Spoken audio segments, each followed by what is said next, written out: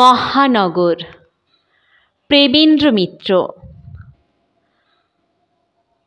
আমার সঙ্গে চলো মহানগরে, যে মহানগর ছড়িয়ে আছে আকাশের তলায় পৃথিবীর ক্ষতের মতো। আবার যে মহানগর উঠেছে মিনারে আর চূড়ায়, অভ্রভেদী প্রাসাদ শিখরে তারাদের দিকে, প্রার্থনার মতো মানবাত্মার। আমার সঙ্গে এসো মহানগরের পথে, যে পথ জটিল দুর্বল মানুষের জীবনধারার মতো, যে পথ অন্ধকার মানুষের মনের অরণ্যের মতো, আর যে পথ প্রশস্ত আলোকোজ্জ্বল মানুষের বৃদ্ধি, মানুষের অদম্য উৎসাহের মতো। এ মহানগরের সঙ্গীত রচনা করা উচিত, ভয়াবহ বিস্ময়কর সঙ্গীত। তার পটভূমিতে বস্ত্রের নির্ঘোষ, ঊর্ধ্বমুখ কলের শঙ্খনাদ, সমস্ত পথের সমস্ত চাকার ঘর্ষণ, শিকলের ঝনৎকার, ধাতুর সঙ্গে ধাতুর সংঘর্ষের আর্তনাদ। শব্দের এই পটভূমির ওপর দিয়ে চলেছে বিষপিল সুরের পথ। প্রিয়ার মতো যে নদী শুষে আছে মহানগরের কোলে, তার জলের ঢেউয়ের সুর, আর নগরের ছায়াবিথির ওপর দিয়ে যে হাওয়া বয় তার। নির্জন ঘরে প্রেমিকেরা অর্ধস্ফুট যে কথা বলে তারও। সে সঙ্গীতের মাঝে থাকবে উত্তেজিত জনতার সম্মিলিত পদধ্বনি, শব্দের বন্যার মতো। আর থাকবে ক্লান্ত পথিকের পথের ওপর দিয়ে পা টেনে নিয়ে যাওয়ার আওয়াজ। মধ্যরাত্রে যে পথিক চলেছে অনির্দিষ্ট আশ্রয়ের খোঁজে, কঠিন ধাতু ও ইটের ফ্রেমে লক্ষ জীবনের সূত্র নিয়ে মহানগর বুনছে যে বিশাল সুচিত্র, যেখানে খেয়েই যাচ্ছে নিশ্চিহ্ন হয়ে হারিয়ে, উঠছে জড়িয়ে নতুন সুতোর সঙ্গে অকস্মাৎ। সহসা যাচ্ছে ছিঁড়ে সেই বিশাল দুর্বোধ চিত্রের অনুবাদ থাকবে সে সঙ্গীতে। এ সঙ্গীত রচনা করার শক্তি আমার নেই। আমি শুধু মহানগরের একটুখানি গল্প বলতে পারি, মহানগরের মহাকাব্যের একটুখানি ভগ্নাংশ। তার কাহিনী সমুদ্রের দু একটি ঢেউ। মহাসঙ্গীতের স্বাদ তাতে মিলবে না, তৃষ্ণা তাতে মেটবার নয়, জানি। সংকুচিত আড়ষ্টভাবে নদীর যে শাখাটি ঢুকেছে মহানগরের ভিতর, তারই অগভীর জলের মন্থর স্রোতে ভেসে আমরা গিয়ে উঠব নড়ালের পোলের তলায় ফুটন্ত কদম গাছের নিশান দেওয়া সেই পুরানো পোনা ঘাটে। আমরা পেরিয়ে যাব পুরানো সব ভাঙা ঘাট, পেরিয়ে যাব ন্যাড়া শিবের মন্দির, পেরিয়ে যাব ইট খোলা আর চালের আড়ত, কেটোকাঠি আর পাঁজা করা টালি ও ইট আর সুরকি বালির গোলা। আমরা চলেছি পোনার নৌকায়। আমাদের নৌকার খোলে টইটুম্বুর জল, আর তাতে কিলবিল করছে মাছের ছানা। সেই পোনার চারা বিক্রি হবে কুনকে হিসাবে পোনা ঘাটে। আষাঢ় মাসের ভোরবেলা, বৃষ্টি নেই, কিন্তু আকাশ মেঘে ঢাকা। সূর্য হয়তো উঠেছে পূবের বাঁকা নগর শিখর রেখার পিছনে। আমরা পেয়েছি মাত্র মেঘ থেকে চোয়ানো স্তিমিত একটু আলো। সে আলোয় এদিকের দরিদ্র শহরতলিকে আরও যেন জীর্ণ দেখাচ্ছে। ভাঙা ঘাটে এখনো স্নানে বড় কেউ আসেনি, গোলাগুলি ফাঁকা। ধানের আড়তের ধারে শূন্য সব শালতি বাঁধা, সব খাঁ খাঁ করছে। জোয়ারের টানে ভেসে চলেছে নৌকা।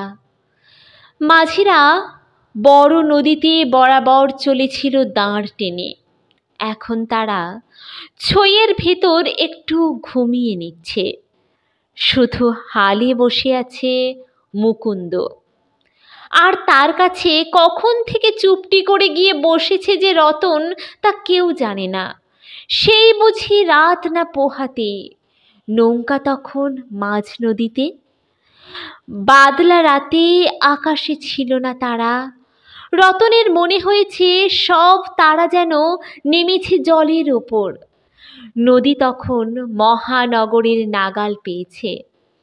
দুধারে জাহাজ আর স্টিমার, গাধাবোট আর বড় বড় কারখানার সব জেটি। অন্ধকারে তাদের রূপ দেখা যায় না, দেখা যায় শুধু গায়ে আলোর ফোঁটা, অগুন্তি ফোঁটা, কালো জলের এপার থেকে ওপারে। মেঘলা আকাশ ছেড়ে তারাগুলি তো নেমেছে নদীর ওপর। রতন ভয়ে ভয়ে এসে বসেছে নিঃসাড়ে হালের কাছে। কে জানে বাবা বকবে কিনা, হয়তো ধমকে আবার দেবে পাঠিয়ে ছইয়ের ভেতর। কিন্তু সে কি থাকতে পারে এমন সময়ে ছইয়ের ভেতর? নৌকা যখন পেয়েছে মহানগরীর নাগাল, আকাশে তারা যখন জলের ওপর নেমেছে, তার যে কত দিনের সাধ, কত দিনের স্বপ্ন। রতন দু চোখ দিয়ে পান করেছে আলো ছিটানো এই নগরের অন্ধকার, আর নিঃশ্বাস পর্যন্ত ফেলেছে সাবধানে। পাছে বাবা টের পায়, পাছে দেয় তাকে ধমকে ভেতরে পাঠিয়ে। কিছুই তো বিশ্বাস নেই, বাবা তো তাকে আনতেই চায়নি বাড়ি থেকে। ছেলে মানুষ আবার শহরে যায় নাকি? আর নৌকায় এতখানি পথ যাওয়া কি সোজা কথা? কি করবে সে সেখানে গিয়ে? কত কাকুতি মিনতি করে কেঁদে কেটে না রতন শেষ পর্যন্ত বাবাকে নিমরাজি করিয়েছে। তবু নৌকায় তুলে বাবা তাকে শাসিয়ে দিয়েছে, খবরদার, পথে দুষ্টুমি করলে আর রক্ষা থাকবে না। না, দুষ্টুমি সে করবে না, কাউকে বিরক্ত না। তাকে যা বলা হবে তাই করতে সে রাজি। সে শুধু একবার শহর দেখতে চায়, রূপকথার গল্পের চেয়ে অদ্ভুত সেই শহর। কিন্তু শুধু তাই জন্যে কি শহরে আসবার এই ব্যাকুলতা রতনের? আচ্ছা, সে কথা এখন থাক। কিন্তু রতনকে কেউ লক্ষ্য করে না, কিংবা লক্ষ্য করেও কেয়ার করে না। রতন বসে আছে নিঃসাড়ে। শুধু সমস্ত দেহের রেখায় ফুটে উঠেছে তার ব্যগ্রতার প্রখরতা। ধীরে ধীরে অন্ধকার এলো ফিকে হয়ে। এবার নদী রেখায় স্পষ্ট হয়ে উঠেছে। প্রথম ছিল চারিধারে আবছা কুয়াশা। প্রকৃতির পটের ওপর যেন রঙের এলোমেলো ছোপ, কোথাও একটু ঘন, কোথাও হালকা। সে রঙের ছোপ তখনও নির্দিষ্ট রূপ দেয়নি। নীহারিকার মতো আকারহীন সেই অস্পষ্ট ধোঁয়াটে তরলতা থেকে রতনের চোখের ওপরে কি যেন এইমাত্র নতুন পৃথিবী সৃষ্টি করে তুলছে। আকাশের গায়ে কালো খানিকটা তুলির পোঁচ দেখতে দেখতে হয়ে উঠল প্রকাণ্ড একটা জাহাজ। তার জটিল মাস্তুলগুলি উঠেছে ছোটোখাটো অরণ্যের মতো মেঘলা আকাশে। তার নোঙরের শেকল নেমেছে অতিকায় অজগরের মতো জলের ভেতর। রতনদের নৌকা যে দানবের ভ্রুকুটির তলা দিয়ে ভয়ে ভয়ে পার হয়ে যায় ছোট শোলার খেলনার মতো।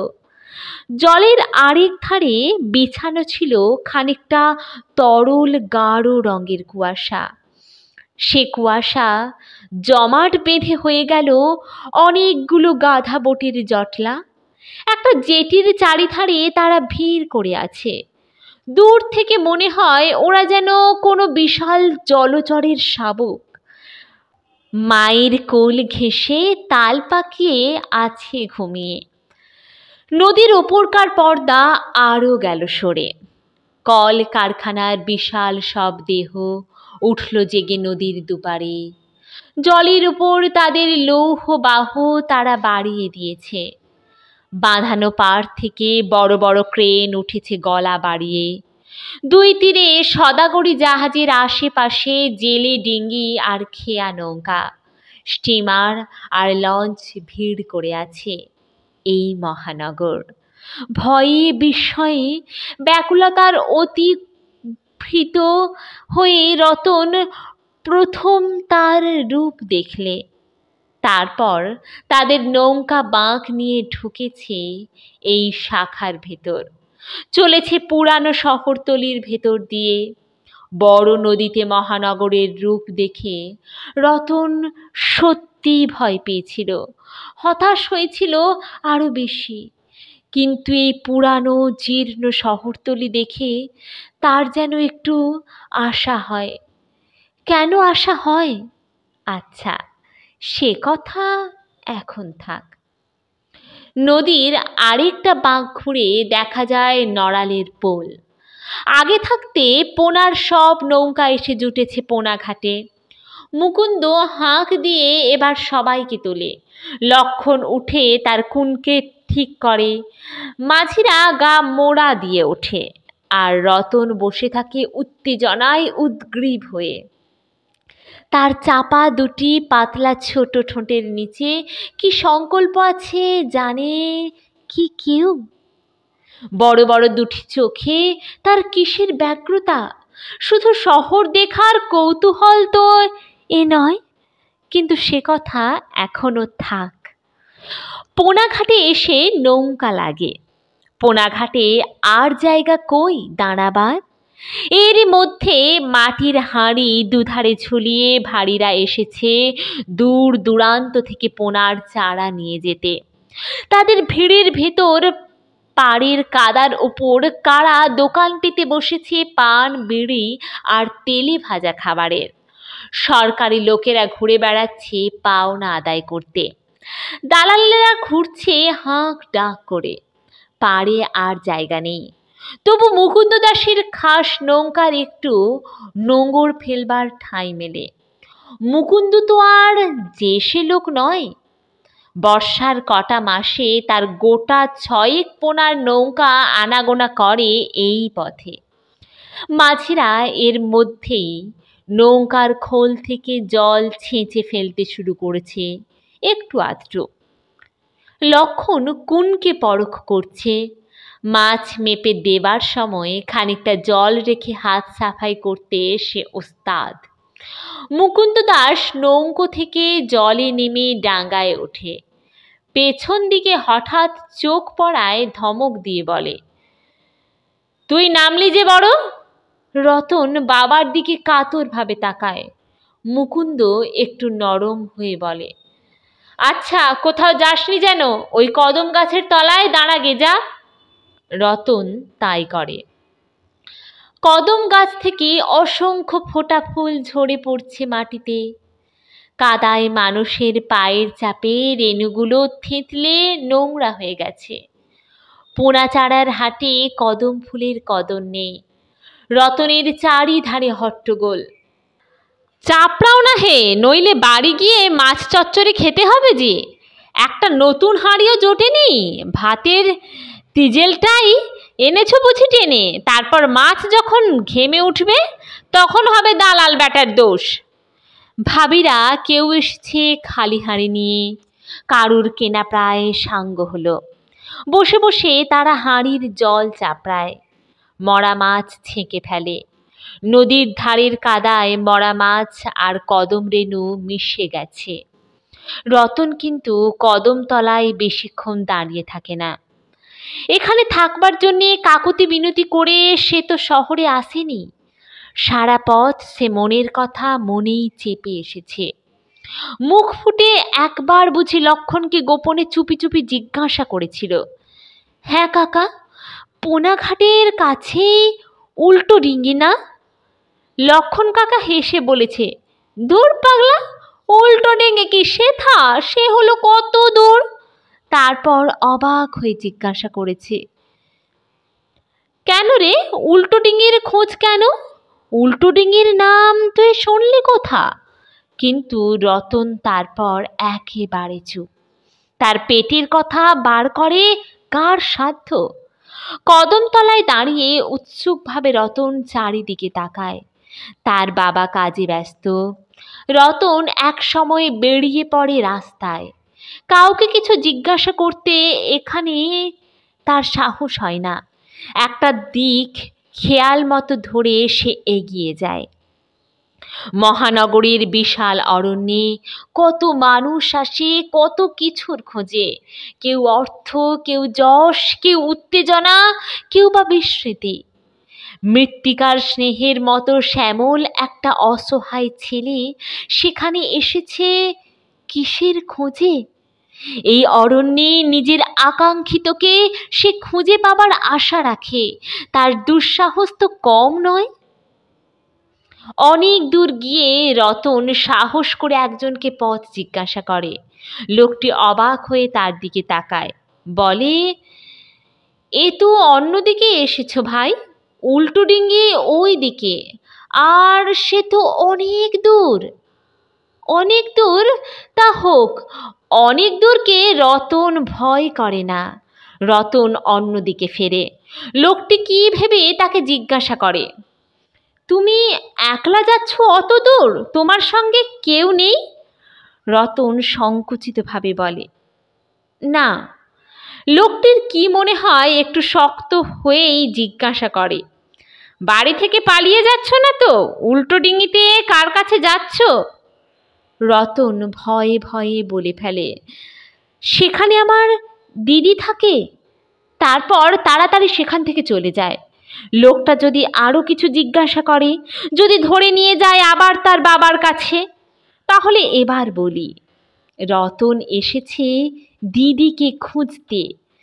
যেখানে মানুষ নিজের আত্মাকে হারিয়ে খুঁজে পায় না, সেই মহানগর থেকে তার দিদিকে সে খুঁজে বার করবে। শহর মানে তার দিদি। বাড়িতে থাকতে সে ভেবেছে শহরে গেলেই বুঝি দিদিকে পাওয়া যায়। মহানগরের বিরাট রূপ তার সে ধারণাকে উপহাস করেছে, কিন্তু তবু সে হতাশ হয়নি। দিদিকে খুঁজে সে পাবেই। শিশু হৃদয়ের বিশ্বাসের কি সীমা আছে? কিন্তু দিদিকে খোঁজার কথা তো কাউকে বলতে নেই। দিদির নাম করাও যে বাড়িতে মানা, তা কি সে জানে না? অনুচ্চারিত কোনো নিষেধ তার শিশু মনের ব্যাকুলতাকে মুখ করে রেখে দেয়। তাই সে সারা পথ এসেছে মনের কথা মনে চেপে। তাই সে একা বেরিয়েছে দিদির সন্ধানে। দিদিকে যে তার খুঁজে বার করতেই হবে। দিদি না হলে তার যে কিছু ভালো লাগে না। ছেলেবেলা থেকে সে তো মাকে দেখেনি, জেনেছে শুধু দিদিকে। দিদি তার মা, দিদি তার খেলার সাথী। বিয়ে হয়ে দিদি গেছিল শ্বশুর বাড়ি, তবুও তাদের ছাড়াছাড়ি হয়নি। কাছাকাছি দুটি গাঁ। রতন নিজেই যখন তখন পালিয়ে গিয়ে হাজির হয়েছে দিদির কাছে। তারপর দিদির কাছ থেকে তাকে নিয়ে আসা সোজা ব্যাপার নয়। দিদি যেখানে থাকতে পারে দিনের পর দিন, সেখানে তার বেশি দিন থাকা কেন যে দোষের, তা সে কেমন করে বুঝবে? তারপর কি হলো কে জানে। একদিন তাদের বাড়িতে বিষম গণ্ডগোল। দিদির শ্বশুর বাড়ি থেকে লোক এসেছে ভিড় করে এসেছে গাঁয়ের লোক। থানা থেকে চৌকিদার পর্যন্ত এসেছে। ছেলে মানুষ বলে তাকে কেউ কাছে ঘেঁষতে দেয় না। তবু সে শুনেছে দিদিকে কারা নাকি ধরে নিয়ে গেছে। তাকে আবার কেড়ে আনতেই তো হয়। কেন যে কেউ যাচ্ছে না তাই ভেবে তার বাঘ হয়েছে।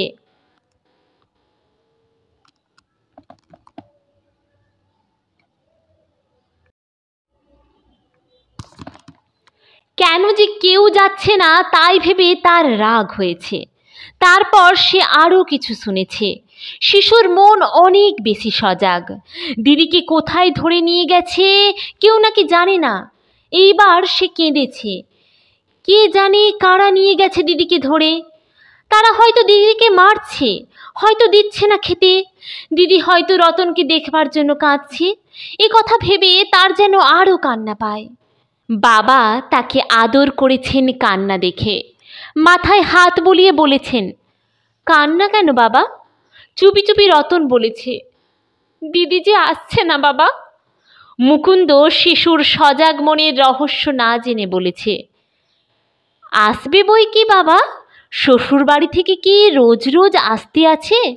রতন আর কিছু বলেনি, কিন্তু বাবা তার কাছে কেন লুকোতে চান বুঝতে না পেরে তার বড় ভয় হয়েছে। তারপর একদিন সে শুনেছে যে দিদিকে নাকি পাওয়া গেছে। দারোগা সাহেব পুলিশ নিয়ে গিয়ে তাকে নাকি কোন দূর দেশ থেকে খুঁজে বার করেছেন। দিদিকে খুঁজে পাওয়া গেছে। রতনের আনন্দ আর ধরে না। দিদি এতদিন বাদে তাহলে আসছে, কিন্তু কোথায় দিদি? একদিন দুদিন ব্যাকুলভাবে রতন অপেক্ষা করে, কিন্তু দিদি আসে না।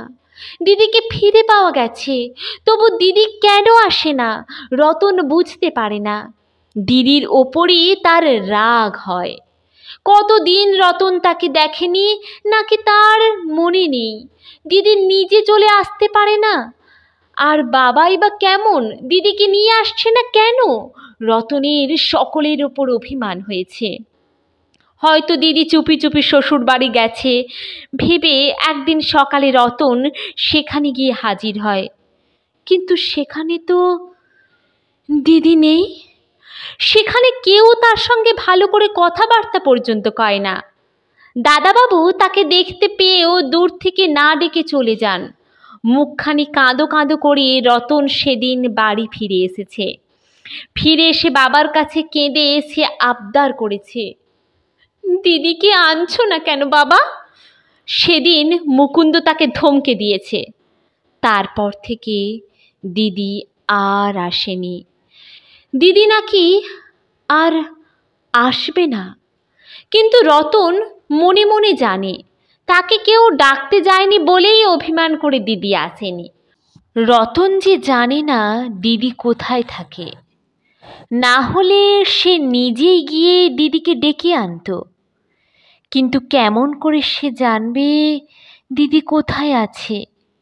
কেউ যে তাকে দিদির কথা বলে না, দিদির কথাই যে বলতে নেই। রাত্রে সে চুপি চুপি শুধু দিদির জন্যে কাঁদে। দিদি কেমন করে তাকে ভুলে আছে ভেবে মনে মনে তার সঙ্গে ঝগড়া করে। দিদি কোথায় থাকে সে জানে না, কিন্তু শিশুর মন আমরা যা মনে করি তার চেয়ে অনেক বেশি সজাগ। শিশু অনেক কিছু শুনতে পায়, অনেক কিছু বোঝে। কোথা থেকে সে শুনেছে কে জানে যে দিদি থাকে শহরে। রূপকথার চেয়ে অদ্ভুত সেই শহর। কোথা থেকে কার মুখে শুনেছে উল্টো ডিঙ্গির নাম। বাতাসে কথা ভেসে আসে, বিনিদ্র ভালোবাসা কান পেতে থাকে, শুনতে পায়। তাই সে কাকুতি মিনতি করে এসেছে মহানগরে, তাই সে চলেছে সন্ধানে। দিদিকে সে খুঁজে বার করবে। সে জানে দিদির সামনে একবার গিয়ে দাঁড়ালে সে আর না এসে থাকতে কিছুতেই পারবে না, এমনই গভীর তার বিশ্বাস।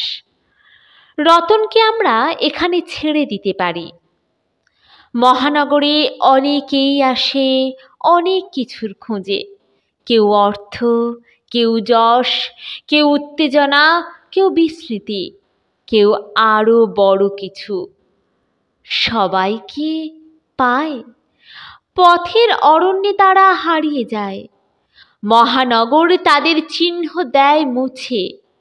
রতনও তেমনি যাবে হারিয়ে ভেবে আমরা তাকে ছেড়ে দিতে পারি, কিন্তু তা যাবে না। পৃথিবীতে কি সম্ভব কি অসম্ভব কে বলতে পারে? রতন সত্যি দিদির খোঁজ পায়। দুপুর তখন গড়িয়ে গেছে বিকেলের দিকে। আষাঢ় মাসের আকাশ মেঘে ঢাকা বলে বেলা বোঝা যায় না। ক্লান্ত পদে শুকনো কাতর মুখে একটি ছেলে গিয়ে দাঁড়ায় খোলায় ছাওয়া একটি মেটে বাড়ির দরজায়। একটি মেয়ে তাকে রাস্তা থেকে এনেছে সঙ্গে করে। রতন অনেক পথ ঘুরেছে, অনেককে জিজ্ঞাসা করেছে পথ, শেষে সে সন্ধান পেয়েছে। ভালোবাসা কি না পারি। খানিক আগে হয়রান হয়ে খোঁজ করতে করতে রতন দূরে একটি মেয়েকে দেখতে পায়। উৎসাহ ভরে সে চিৎকার করে ডাকে, দিদি! মেয়েটি ফিরে দাঁড়াতেই রতন হতাশ হয়ে যায়। তার দিদি তো অমন নয়। কুণ্ঠিতভাবে সে অন্যদিকে চলে যাবার চেষ্টা করে। মেয়েটি তাকে ডেকে বলে, শোন। কাছে গেলে তার ক্লান্ত শুকনো মুখের দিকে চেয়ে জিজ্ঞাসা করে, কাকে খুঁজছ ভাই? রতন লজ্জিতভাবে তার দিদির নাম বলে। মেয়েটি হেসে বলে, তোমার দিদির বাড়ি বুঝি চেনো না? চলো, আমি দেখিয়ে দিচ্ছি। মেটে বাড়ির দরজায় দাঁড়িয়ে এখন মেয়েটি ডাকে, ও চপলা, তোকে খুঁজতে কে এসেছে দেখে যা। ভেতর থেকে চপলাই বুঝি রুক্ষ স্বরে বলে, কে আবার এলো এখন? দেখে জানা একবার। চপলা দরজার কাছে এসে থমকে দাঁড়ায়। রতনের মুখেও কথা ফোটে না। দিদিকে চিনতেই তার কষ্ট হয়। দিদি যেন কেমন হয়ে গেছে। দুইজনই খানিকক্ষণ থাকে নিস্পন্দ হয়ে দাঁড়িয়ে। যে মেয়েটি রতনকে সঙ্গে করে এনেছে সে একটু সন্দিগ্ধ হয়ে বলে, তোর নাম করে খুঁজছিল, তাই তোর ভাই ভেবে বাড়ি দেখাতে নিয়ে এলাম। তোর ভাই নয়? উত্তর না দিয়ে চপলা হঠাৎ ছুটে এসে রতনকে বুকে চেপে ধরে। তারপর এদিক ওদিক চেয়ে অবাক হয়ে ধরা গলায় বলে, তুই একা এসেছিস?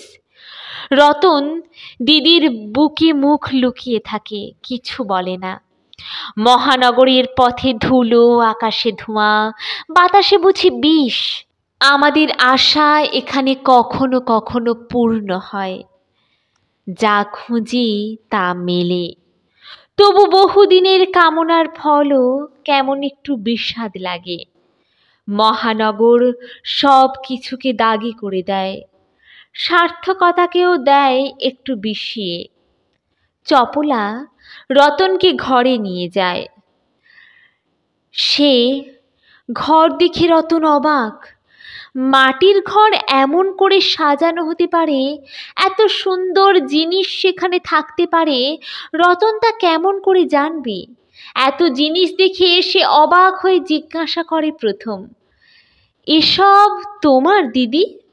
চপলার অকারণ চোখের জল তখনও শুকোয়নি। একটু হেসে সে বলে, হ্যাঁ ভাই, কিন্তু দিদির ঘর যেমনই হোক তা নিয়ে মেতে থাকলে চলবে না তো। আসল কথা রতন ভোলেনি। সে হঠাৎ বলে, তোমায় কিন্তু বাড়ি যেতে হবে দিদি। চপলা বুঝি একটু চমকে ওঠে, তারপর ম্লানভাবে বলে, আচ্ছা যাব ভাই, এখন তো তুই একটু জিরিয়ে নে। কিন্তু জিরিয়ে নিয়েই যেতে হবে। আমাদের নৌকা কাল সকালেই ছাড়বে কিনা, এসব জিনিস কেমন করে নেব দিদি? এবার চপলা চুপ করে থাকে। হঠাৎ কেন বলা যায় না, একটু ভীত হয়ে রতন জিজ্ঞাসা করে, একটু জিরিয়ে নিয়ে যাবে তো দিদি? দিদির মুখে তবু কথা নেই। দিদি জিনিসপত্র নিয়ে যাবার ভাবনাতেই হয়তো রাজি হচ্ছে না ভেবে রতন তাড়াতাড়ি বলে, এসব জিনিস একটা গরুর গাড়ি ডেকে তুলে নেব কেমন দিদি? চপলা কাতর মুখে বলে ফেলে, আমার যে যাবার উপায় নেই ভাই। যাবার উপায় নেই? রতনের মুখের সব দীপ্তি হঠাৎ নিভে যায়। সঙ্গে সঙ্গে তার মনে পড়ে যায় বাবার রাগ, মনে পড়ে বাড়িতে দিদির নাম পর্যন্ত উচ্চারণ নিষেধ। সত্যই বুঝি দিদির সেখানে যাবার উপায় নেই। বৃথাই এসেছে সে দিদিকে খুঁজতে। দিদিকে খুঁজে পেয়েও তার লাভ নেই। তারপর হঠাৎ আবার তার মুখ উজ্জ্বল হয়ে ওঠে, বলে, আমিও তাহলে যাব না দিদি। কোথায় থাকবে? বাহ, তোমার কাছে তো, বলে রতন হাসে। কিন্তু চপলার মুখ যে আরো ম্লান হয়ে আসছে তা সে দেখতে পায় না। তারপর খেয়ে দিয়ে সারা বিকাল দুই ভাই বোনের গল্প হয়। কত কথাই তাদের আছে বলবার, জিজ্ঞাসা করবার। কিন্তু সন্ধ্যা যত এগিয়ে আসে তত চপলা কেমন অস্থির হয়ে ওঠে। একবার সে বলে, তুই যে চলে এলি একলা, বাবা হয়তো খুব ভাবছে। দিদির প্রতি অবিচারের জন্য বাবার ওপর রতনের একটু রাগই হয়েছে। সে তাচ্ছিল্য করে বলে, ভাবুক গে। খানিক বাদে চপলা আবার বলে, এখান থেকে নড়ালের পোল অনেকখানি পথ না রতন? রতন এ পথ পার হয়ে তো এসেছে। গর্বভরে সে বলে, ওরে বাবা, সে বলে কোথায়? পয়সা নিয়ে তুই ট্রামে করে না হয় বাসে যেতে পারিস না? বাহ, আমি কি যাচ্ছি নাকি? দিদির মুখের দিকে চেয়ে সে কিন্তু থমকে যায়। দিদির চোখে জল। মাথা নিচু করে চপলা ধরা গলায় বলে, এখানে যে তোর থাকতে নেই ভাই। রতন কিছুতেই বুঝতে পারে না, কিন্তু এবার তার অত্যন্ত অভিমান হয়। দিদি সেখানেও যেতে পারবে না, আবার এখানেও বলবে তাকে থাকতে নেই। আচ্ছা, সে চলেই যাবে, কখনো কখনো আর দিদির নাম করবে না বাবার মতো। ধীরে ধীরে সে বলে, আচ্ছা, আমি যাব।